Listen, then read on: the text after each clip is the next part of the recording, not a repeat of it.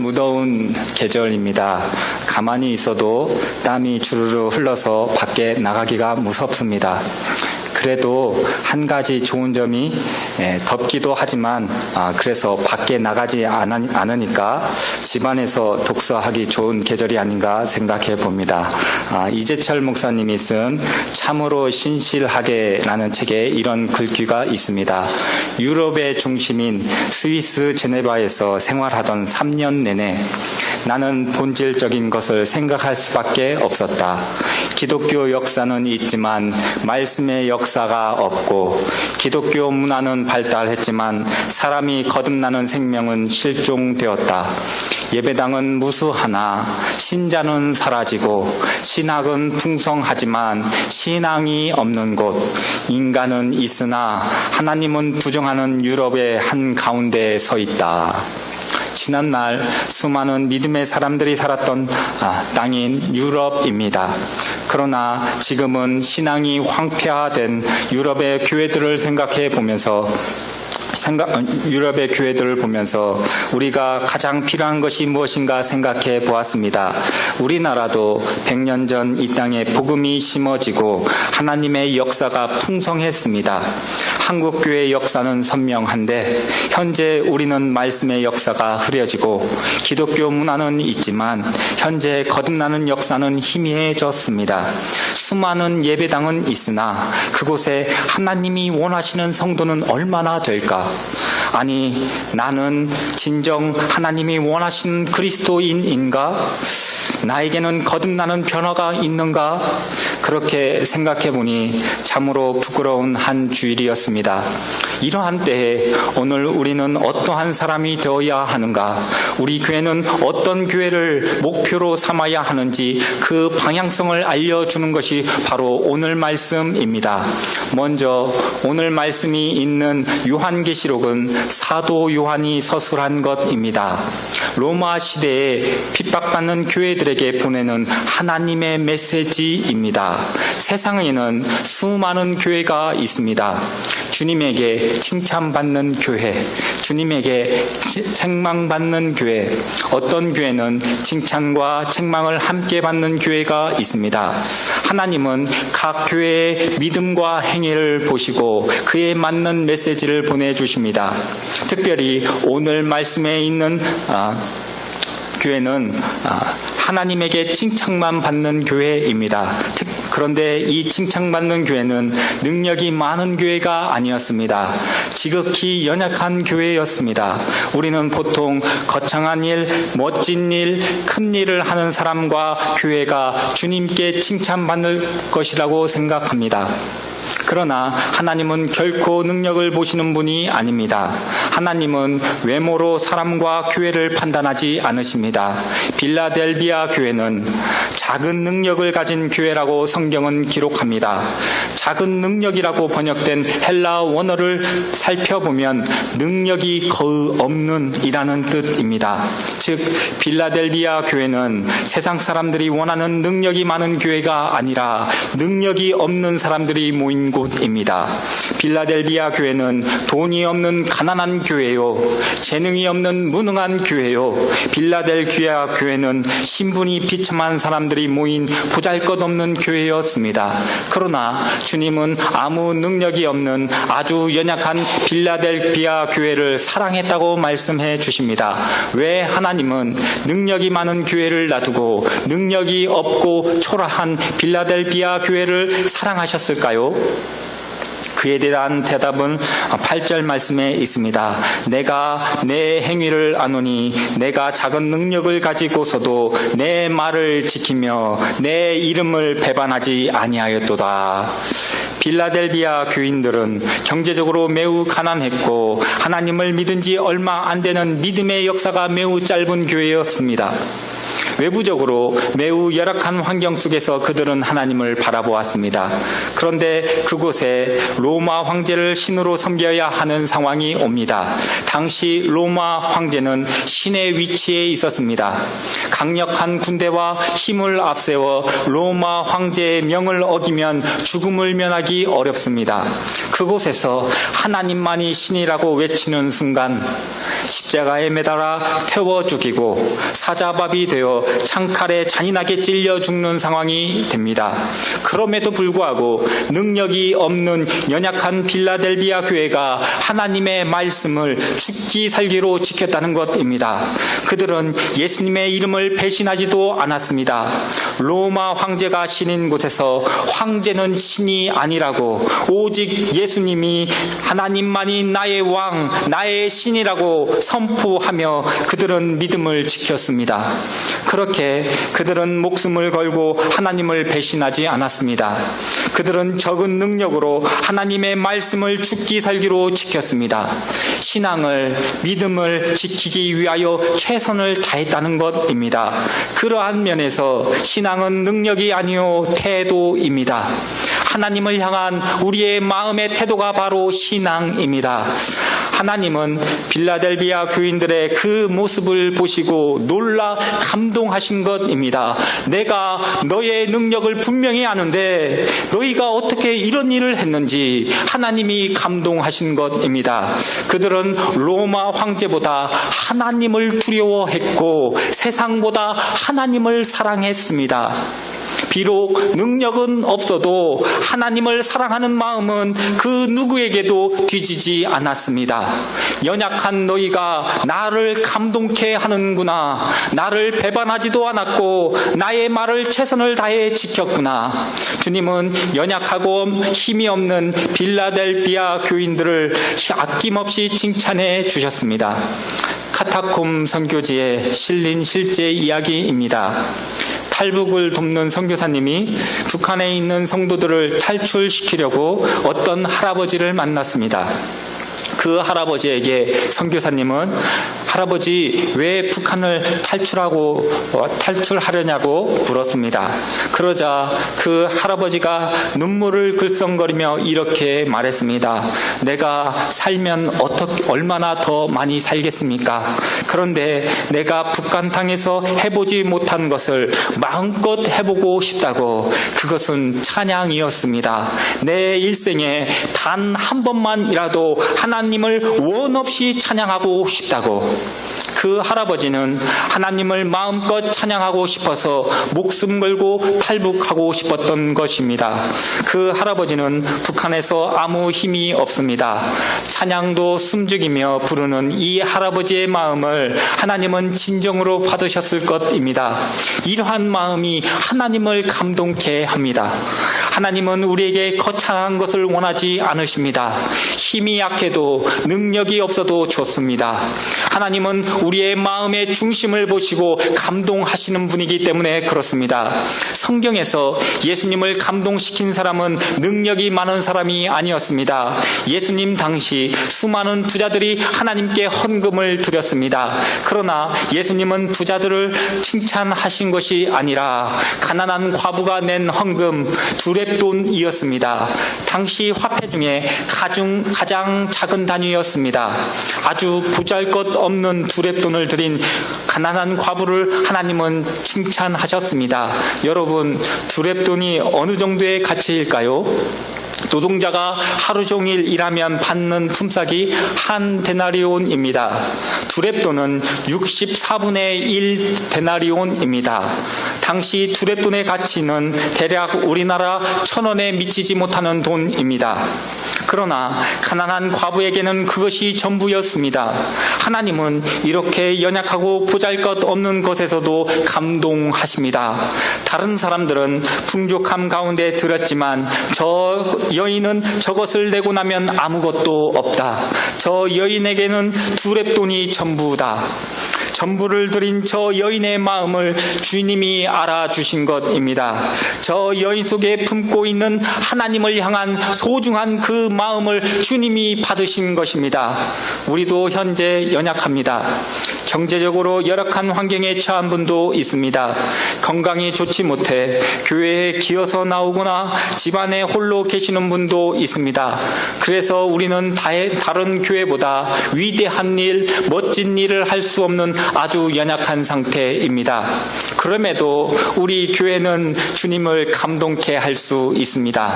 하나님을 기쁘시게 할 수 있습니다. 우리의 능력이 아니라 하나님께 우리의 마음을 드리면 됩니다. 주님을 향한 우리의 마음, 우리의 사랑을 우리의 삶으로 담아내면 됩니다. 우리가 가지고 있는 시간을 들여 주님께 예배하는 것, 우리가 가지고 있는 사랑으로 다른 일을 섬기는 것, 주님의 몸된 교회와 성도와 일꾼들을 위하여 기도하는 것입니다.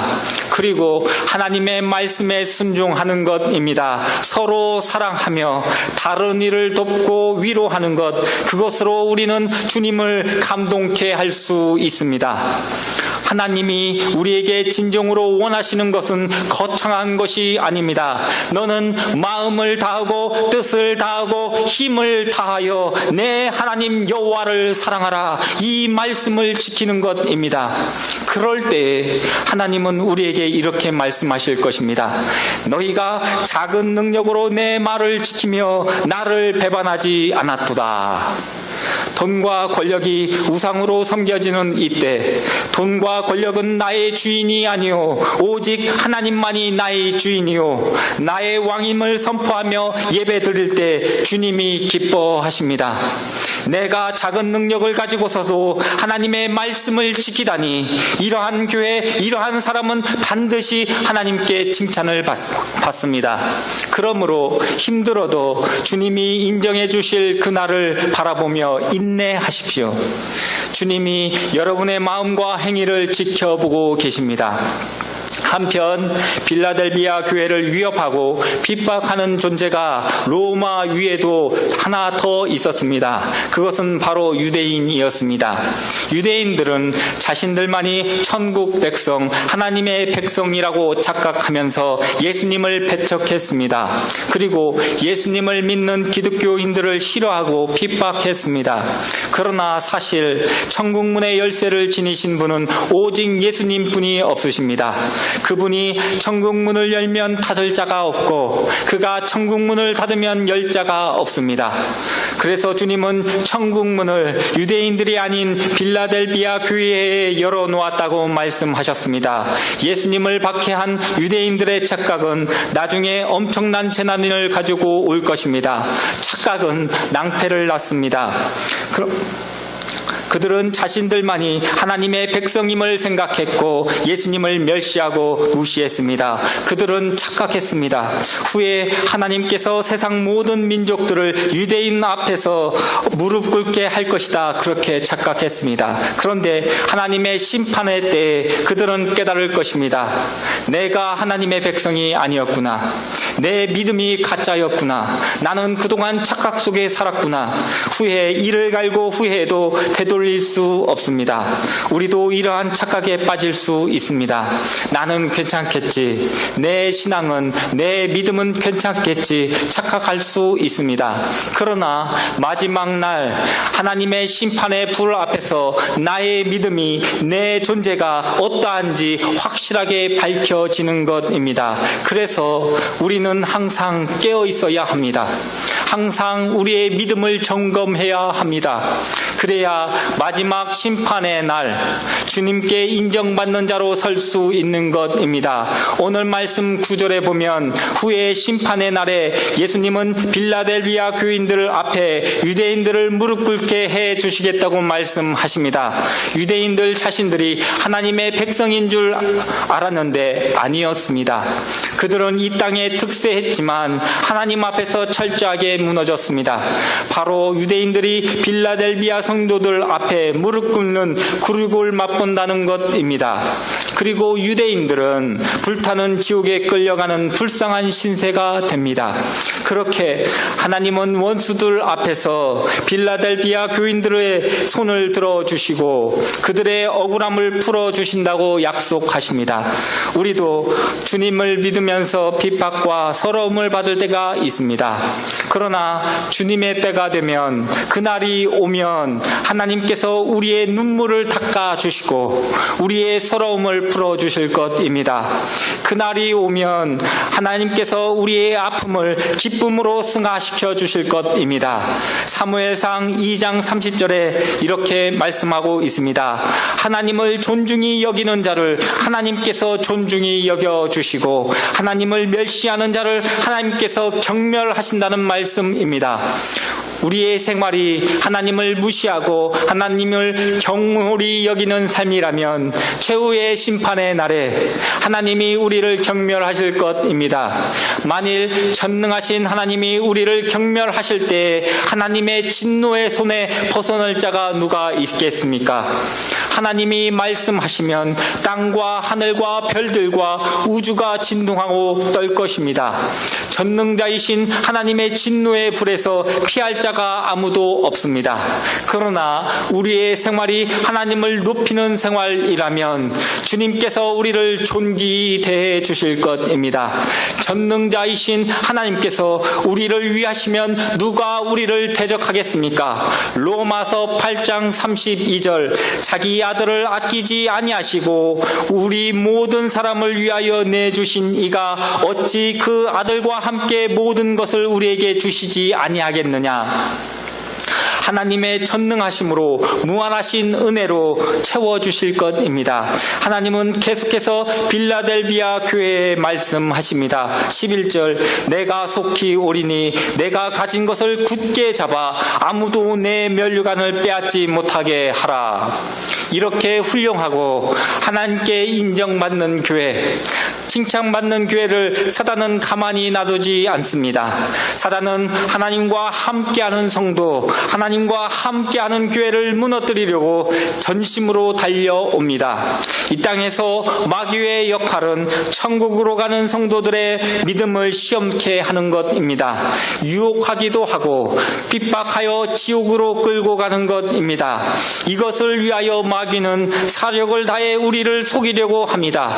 그리고 우리 영혼의 길목에서 덫을 놓아 죽음에 이르게 합니다. 때로 하나님의 말씀을 읽고 해석하는 시각을 망가뜨려 버립니다. 또한 자칭 예수라 하고 성령이라 하는 사이비 교주들이 얼마나 많이 있습니까? 마귀는 우리의 믿음의 길목에서 우리가 붙잡고 있는 신앙을 혼돈시키려고 합니다. 그렇게 하나님이 주시는 면류관을 빼앗으려고 우는 사자처럼 전력으로 달려올 것입니다. 그래서 하나님께서는 우리가 가진 것을 굳게 잡으라고 명령하십니다. 우리가 가진 것이 무엇입니까? 그것은 바로 진리이신 예수 그리스도이십니다. 여기저기 산재해 있는 가짜가 아니라 2000년 전 나를 위하여 십자가에서 지시고 나를 위하여 십자가에서 못 박혀 죽으신 예수 그리스도를 붙잡으라는 것입니다. 그리고 그 예수님께서 하신 말씀을 붙들라는 것입니다. 그냥 붙들라는 것이 아닙니다. 굳게 붙들라. 요즘 신천지나 이단들이 활개를 칩니다. 말씀을 가지고 장난을 칩니다. 여러분, 정신 차려야 합니다. 여차하면 당하는 것입니다. 에헤, 나는 안 당해요. 그런 말을 하는 사람도 있을 것입니다. 그런데 아무리 똑똑한 사람도 한순간 바보가 됩니다. 장담하지 마세요. 여러분, 보이스 피싱을 사기당한 사람들의 공통적으로 하는 말이 있습니다. 순식간에 뭔가 홀린 듯 당한다 합니다. 이단에 유혹하는 것도 마찬가지입니다. 여차하면 당하는 것입니다. 방심하면 당합니다. 그래서 우리는 진리의 말씀을 깊이 알아야 합니다. 그리고 생명의 면류관, 구원의 은혜를 빼앗기지 않도록 굳게 믿음을 지켜야 하는 것입니다. 오늘날 수많은 사람들이 과거의 믿음을 가지고 자신이 괜찮다고 생각합니다. 그래도 예전에는 내가 한 믿음 했어. 그 옛날에 그 믿음이 지금도 계속되고 있다고 생각하면 그것은 큰 착각입니다. 생각해 보십시오. 아무리 튼튼한 동아줄도 세월이 가면 약해져서 썩어지기 마련입니다. 매일매일 동아줄이 괜찮은지 아닌지 확인도 하지 않고 예전에 튼튼했던 것만 생각하고 위급 상황에서 썩은 밧줄을 사용한다면 더 큰 재난을 가져올 수 있습니다. 우리의 믿음도 마찬가지입니다. 매일매일 믿음을 새롭게 하고 하나님께서 부어주시는 새 은혜로 살아야 합니다. 믿음이 어제 다르고 오늘 다릅니다. 현재 나의 믿음이 중요한 것입니다. 현재 나의 상태가 중요합니다. 어제 구원받을 믿음이 있다가 오늘 믿음이 시들었다면 바로 믿음을 세워야 합니다. 이것으로 우리의 영원한 삶이 결정되기에 주님은 빌라델비아 교회에 자만하지 말고 끝까지 믿음을 지키라고 말을 합니다. 우리의 믿음의 경주는 아직 끝나지 않았습니다. 우리는 가야 할 길이 남아 있습니다. 하나님의 때가 오기까지 우리는 믿음의 경계를 끝까지 놓지 말아야 할 것입니다. 그럴 때 하나님께서 놀라운 축복을 부어주십니다. 12절입니다. 이기는 자는 내 하나님 성전의 기둥이 되게 하리니 그가 결코 다시 나가지 아니하리라. 아멘. 빌라델비아 교회가 있던 곳은 당시 엄청 큰 지진이 있었습니다. 그래서 수많은 도시들과 신전들이 지진에 모두 무너졌습니다. 그런데 남아있는 것이 한 가지 있는데 그것이 바로 기둥이었습니다. 이 빌라델비아 사람들은 기둥만 남은 도시를 떠나 다른 곳으로 가야 했습니다. 그래서 빌라델비아 사람들은 다른 것은 다 무너져도 다른 것들은 다 사라져도 기둥만은 확실히 남는다는 기억이 생생했습니다. 그런데 하나님께서는 끝까지 이기는 자들에게 하나님 나라의 기둥이 되게 해주시겠다고 말씀하십니다. 이것은 그 어떤 것도 요동치 않도록 하나님께서 절대적으로 구원해 주시겠다는 것입니다. 하나님 나라에서 영원히 쫓겨나지 않음을 약속하시는 것입니다.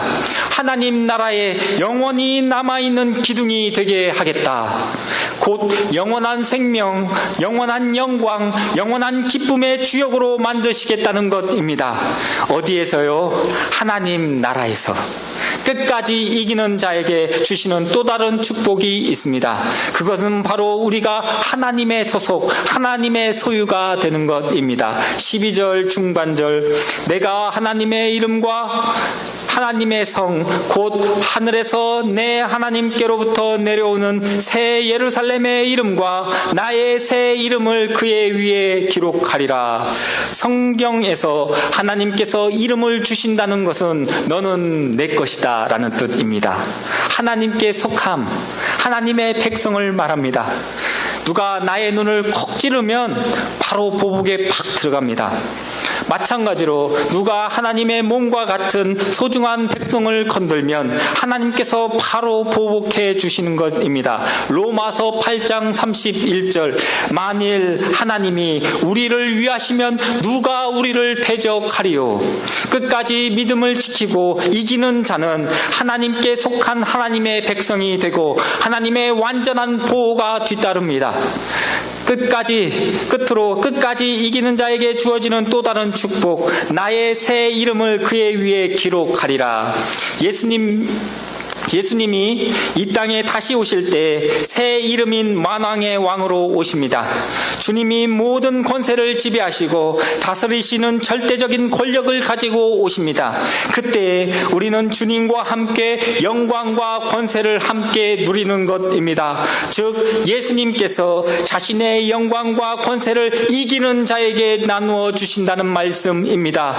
하나님의 기쁨이 내 기쁨이 되고 하나님의 영광이 내 영광이 되는 것입니다. 그래서 우리를 하나님의 자녀라고 말을 합니다. 자녀는 모든 것을 주어도 아깝지 않습니다. 서양에서 동양 아이를 입양하는 상황이 많이 있습니다. 그런데 그들이 입양할 때 쓰는 문서가 있습니다. 자신들의 재산을 입양한 아이에게 물려주지 않겠다는 문서를 씁니다. 아이는 키워줘도 내 재산은, 내 법적 권리는 친아들에게만 물려주겠다는 것입니다. 입양하는 재산을 안 물려줍니다. 사람의 친절은 한계가 있습니다. 그러나 하나님은 다릅니다. 끝까지 이기는 자에게는 하나님의 권세를, 하나님의 영광을, 하나님의 기쁨을, 하나님의 생명을 물려주시겠다는 것입니다.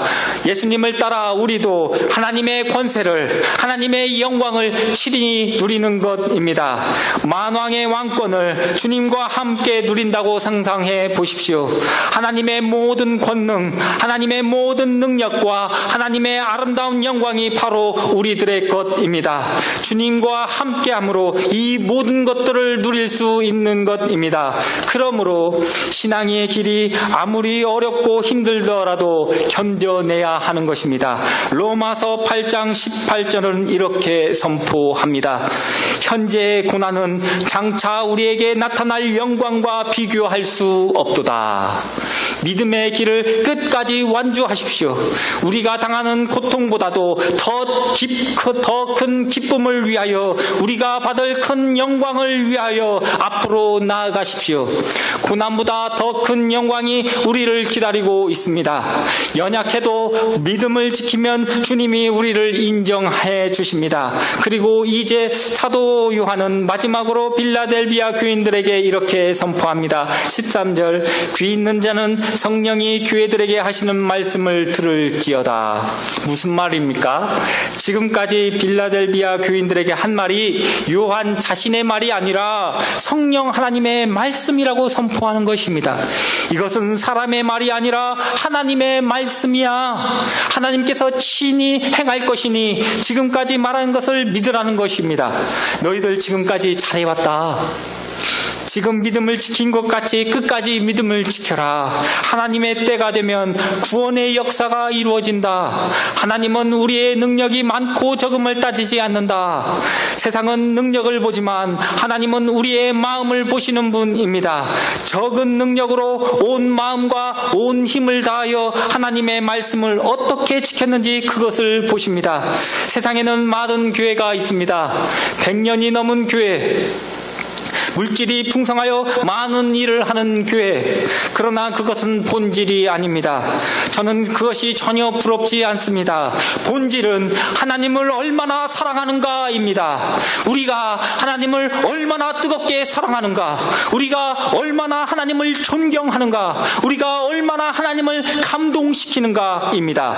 저는 오늘 말씀처럼 우리 교회가 빌라델비아 교회처럼 적은 능력 가운데 믿음을 지키는 교회가 되기를 원합니다. 적은 능력 가운데 하나님을 감동케 하고 하나님께 찬양받아 칭찬받아 하나님께서 주시는 영광을 모두 누리는 성도 여러분이 되기를 소망합니다.